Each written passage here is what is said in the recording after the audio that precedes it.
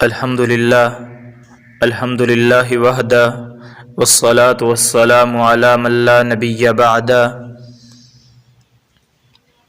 اللہم صلی وسلم وبارک علی سیدنا و مولانا محمد وعلی آلہ وصحبہ اجمعین قال رسول اللہ صلی اللہ علیہ وسلم لا ایمان لمن لا امان لہ ولا دین لمن لا عہد لہ۔ نبی کریم صلی اللہ علیہ وسلم نے فرمایا، جس میں امانت داری نہیں اس میں ایمان نہیں، اور جس شخص میں معاہدہ کی پابندی نہیں اس میں دین نہیں۔ میرے انتہائی واجب الاحترام ذمہ داران جماعت اور کارکنان و ارکان جماعت، یہ حدیث جو میں نے آپ کے سامنے تلاوت کرنے کی سعادت حاصل کی، اس حدیث کو سنن بہقی نے نقل کیا ہے۔ امانت داری ایمان کا حصہ ہے۔ جو شخص اللہ اور اللہ کے رسول پر ایمان رکھتا ہو اور آخرت پر یقین رکھتا ہو، وہ کسی کی امانت میں خیانت نہیں کر سکتا۔ اسے اس بات کا احساس ہوتا ہے کہ اگر میں نے کسی کا حق دبا لیا یا اس کی ادائیگی میں کمی و کوتاہی کی تو میرا رب مجھے دیکھ رہا ہے، وہ یقیناً اس کا حساب لے گا، اور اس دن جب کہ ہر شخص ایک ایک نیکی کا محتاج ہوگا، حق تلفی کے عوض میری نیکیاں دوسروں کو تقسیم کر دی جائیں گی، پھر میری مفلسی پر وہاں کون رحم کرے گا؟ اس طرح کے تصورات سے اہل ایمان کا دل کانپ اٹھتا ہے اور پھر خیانت یا حق تلفی کرنے سے باز آ جاتا ہے۔ لیکن جس کے دل میں ایمان ہی نہ ہو یا ماحول اور حالات نے ایمان کی روشنی سلب کر لی ہو تو خیانت کرنے میں ایسے شخص کو کوئی تردد نہیں ہوتا۔ اس لیے رسول اکرم صلی اللہ علیہ وآلہ وسلم نے امانت داری کو ایمان کی علامت و پہچان قرار دیتے ہوئے ارشاد فرمایا، لا ایمان لمن لا امان لہ ولا دین لمن لا عہد لہ۔ اس شخص کا ایمان نہیں ہے، وہ شخص ایمان والا نہیں ہے جو امانت داری کا پاس نہیں رکھتا، جو امانت دار نہیں ہے، اور اس شخص کا کوئی دین نہیں ہے جو معاہدے کی پابندی نہیں کرتا۔ اللہ رب العالمین نے بھی قرآن مجید والفرقان حمید میں متعدد مقامات پر امانت داری کی تاکید فرمائی ہے۔ اللہ رب العالمین سورۃ المومنون میں ایمان والوں کو کہتا ہے کہ آپ کامیاب والے ہیں۔ اللہ رب العالمین فرماتا ہے، قد افلح المؤمنون، یقیناً فلاح پائی ہے ایمان لانے والوں نے۔ اور اس کے بعد پھر ایمان والوں کا تذکرہ کرتے ہوئے ارشاد فرماتا ہے، ایمان والے کون سے ہیں؟ جو اپنی نمازوں میں خشوع اختیار کرتے ہیں۔ ایمان والے کون سے ہیں؟ جو لغویات سے دور رہتے ہیں۔ ایمان والے کون سے ہیں؟ جو زکوٰۃ کے طریقے پر عامل ہوتے ہیں۔ ایمان والے کون سے ہیں؟ وہ لوگ جو اپنی شرمگاہوں کی حفاظت کرتے ہیں۔ ایمان والے کون ہیں؟ وہ لوگ جو اپنی امانتوں اور اپنے عہد و پیمان کا پاس رکھتے ہیں۔ ایمان والے کون ہیں؟ وہ لوگ جو اپنی نمازوں کی حفاظت کرتے ہیں، اور اللہ رب العالمین انہی کو کہتا ہے، اولئک ھم الوارثون، یہی لوگ وہ وارث ہیں، الذین یرثون الفردوس ھم فیہا خالدون، جو میراث میں فردوس پائیں گے وہ اس میں ہمیشہ ہمیش رہیں گے۔ میرے بھائیوں، امانت دار ہونے ایمان والے کی ایک نشانی ہے۔ جس کے اندر امانت داری نہیں ہے وہ اس کے اندر ایمان بھی نہیں ہے۔ ہمارے اس معاشرے میں امانت داری کو کوئی وزن نہیں دیا جاتا۔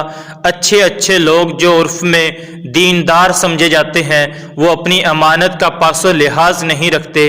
بعض لوگوں میں امانت داری کا جذبہ ہوتا بھی ہے تو وہ صرف مال کی حد تک محدود ہوتا ہے۔ اگر کسی نے ان کے پاس مال رکھا ہو تو وہ اس کا بڑا لحاظ رکھ کے اسے تقوی کے ساتھ اس کو واپس لوٹا دیتے ہیں، اور وہ سمجھتے ہیں کہ جس نے اس کے پیسے لوٹا دیے اس نے امانت کا حق ادا کر دیا۔ ٹھیک ہے، اس میں شک نہیں، جو اس کے پاس امانت رکھی گئی تھی اس نے اس کو امانت ادا کر دی، اور عام طور پر جب بھی امانت کی بات ہو فوراً ذہن مالی امانت کی طرف جاتا ہے۔ حالانکہ امانت کی اور بھی قسمیں ہیں جن کی اہمیت بعض صورتوں میں مالی امانت سے بڑھ جاتی ہے، مثلا ناانصافی کرنا۔ آپ اگر کسی عہدے پہ موجود ہیں، اگر آپ کسی اچھے سے عہدے پہ موجود ہیں اور آپ اپنی رعایا کے ساتھ خیانت کرتے ہیں، ناانصافی کرتے ہیں، تو میرے بھائیوں یہ جو ناانصافی ہے یہ آپ نے اپنے عہدے کے پاس نہ رکھنے کی وجہ سے آپ نے یہ خیانت کر دی ہے۔ اور اسی طریقے سے اگر آپ کے پاس کسی نے اپنا راز رکھ دیا ہے، کوئی راز کی بات آپ کے پاس رکھ دی ہے، اگر اس راز کو آپ نے کسی کے سامنے بیان کر دیا تو آپ نے اس بھائی کے ساتھ خیانت کر دی۔ اور اسی طریقے سے غلط مشورہ دینا، الحمدللہ جماعت اسلامی پاکستان کا یہ بہت ہی اہم حصہ ہے کہ جماعت اسلامی جب بھی اپنے امراء کا چناؤ کرتی ہے تو مشورہ لیتی ہے، جب بھی کوئی قدم اٹھانے لگتی ہے تو مشورہ لیتی ہے۔ تو میرے بھائیوں یہاں پہ ہمیں دو چیزوں کا خیال رکھنا ہوگا کہ ہم جماعت کے ارکان، کارکنان اور حامیان جب بھی اگر آپ جماعت کے حوالے سے کوئی مشورہ دیں تو ہمیں صحیح سچ مشورہ دینا چاہیے۔ اگر ہمارے پاس سچ نہیں ہے تو ہمیں اپنا مشورہ دینے سے پرہیز کرنا چاہیے۔ اور بعض یہ بھی بات ذہن میں رکھنی چاہیے کہ نبی کریم صلی اللہ علیہ وآلہ وسلم نے فرمایا کہ جس سے مشورہ لیا جاتا ہے وہ امین ہوتا ہے، وہ امانت دار ہوتا ہے۔ اگر آپ نے مشورہ دے دیا تو آپ کے پاس وہ مشورہ امانت ہے، آپ نے اس مشورے کا تذکرہ کہیں اور نہیں کرنا۔ اس کے ساتھ میرے بھائیوں ایک اور بھی ہے، خاص مجالس جو ہوتی ہیں وہ بھی ہمارے پاس امانت ہوتی ہے۔ ایسی مجالس جس کے اندر کہیں اور نہ کرنے کا کہا جائے وہ بھی آپ کے پاس امانت ہوتی ہے، ان مجالس کا تذکرہ عام نہیں کرنا چاہیے۔ نبی کریم صلی اللہ علیہ وآلہ وسلم نے فرمایا المجالس الامانہ، مجالس جو ہیں وہ امانت ہوتی ہیں۔ اگر آپ نے مجالس کی بات کو دوسری جگہ پہ کہیں پہ بیان کر دیا تو آپ نے اس میں بھی خیانت کی۔ یہ میرے بھائیوں میں صرف امانت پہ بتا رہا ہوں کہ امانت صرف مالی امانت ہی نہیں، بعض مقامات بعض صورتوں میں مالی امانت سے دیگر اہمیت ہے وہ بڑھ جاتی ہے۔ ایک اور چیز ہے ہماری جماعت میں، اور اکثر باقی جو افراد سن رہے ہوں گے، مزدور ہوتے ہیں یا ملازم ہوتے ہیں۔ میرے بھائیوں ہم جب کسی کے ساتھ مزدوری طے کر لیتے ہیں تو ہمارے پاس ایک وقت تعین ہوتا ہے، 8 سے 5 بجے تک میں آپ کے ساتھ مزدوری کروں گا۔ ملازمت میں بھی ایک وقت طے کر لیا جاتا ہے کہ آپ 8 سے لے کے 8 بجے تک ہمارے پاس ملازمت کریں گے، اس وقت سے بعد آپ کو چھٹی ہوگی۔ میرے بھائیوں مزدور ہو یا ملازم ہو، جتنا وقت اس کو طے کیا گیا ہے اس کے اندر اگر وہ ڈنڈی مارتا ہے، وقت کے اندر اپنے کام کو صحیح طریقے سے نہیں کرتا، تو میرے بھائیوں وہ مزدور بھی، وہ ملازم بھی اپنے اس کام والے کے جو کام ان سے لے رہا ہے اس کے ساتھ خیانت کر رہا ہے۔ اور آخری بات میں کہوں گا، نااہل لوگوں کو عہدے سپرد کرنا جماعت اسلامی کا یہ حسن ہے، جماعت اسلامی کی یہ خوبی ہے۔ جماعت اسلامی نہ کوئی وارثی جماعت ہے، نہ کوئی مسلکی جماعت ہے، نہ کوئی گروہی جماعت ہے، نہ کوئی لسانی جماعت ہے، بلکہ یہ دین اسلام کی، دین اقامت دین کے لیے جماعت بنائی گئی ہے، اور اس کا منشور دستور اسی کے گرد گھومتا ہے، اور اس کا اعمال بھی اسی کے گرد گھومتے ہیں۔ اسی کے لیے جماعت اسلامی میں ہم دیکھتے ہیں کہ سید کے بعد میاں آتا ہے، میاں علیہ رحمہ کے بعد قاضی حسین آتا ہے، قاضی حسین علیہ رحمہ کے بعد کراچی سے سید منور حسن امیر جماعت بنتے ہیں، منور حسن کے بعد خیبر محترم سینیٹر سراج الحق ہمارے امیر محترم ہے۔ اللہ رب العالمین ان کی عمر دراز کرے، ان کا سایہ ہم پہ قائم و دائم رکھے۔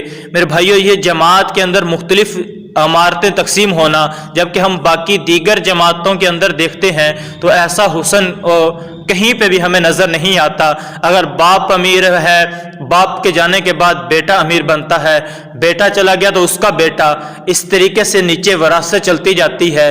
جماعت اسلامی کا یہ حسن نہیں ہے۔ اب اس کے اندر ہمیں جماعت کے ارکان کو اس کے اندر انوالو کیا جاتا ہے۔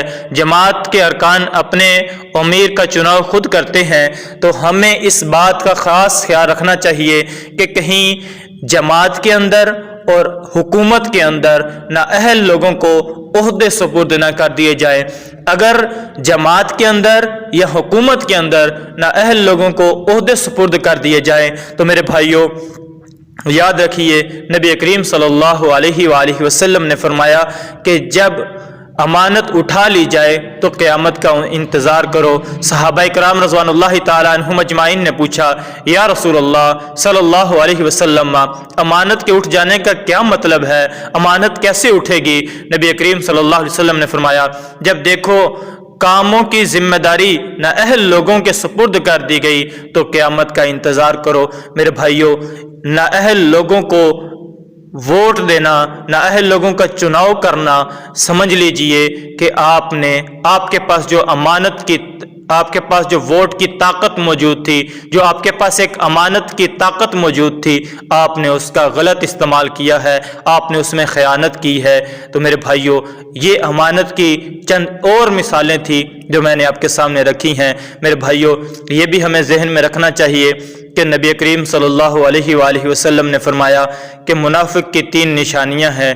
ان 3 نشانیوں میں سے ایک چیز یہ ہے کہ منافق کے پاس جب امانت رکھی جاتی ہے تو وہ اس میں خیانت کرتا ہے۔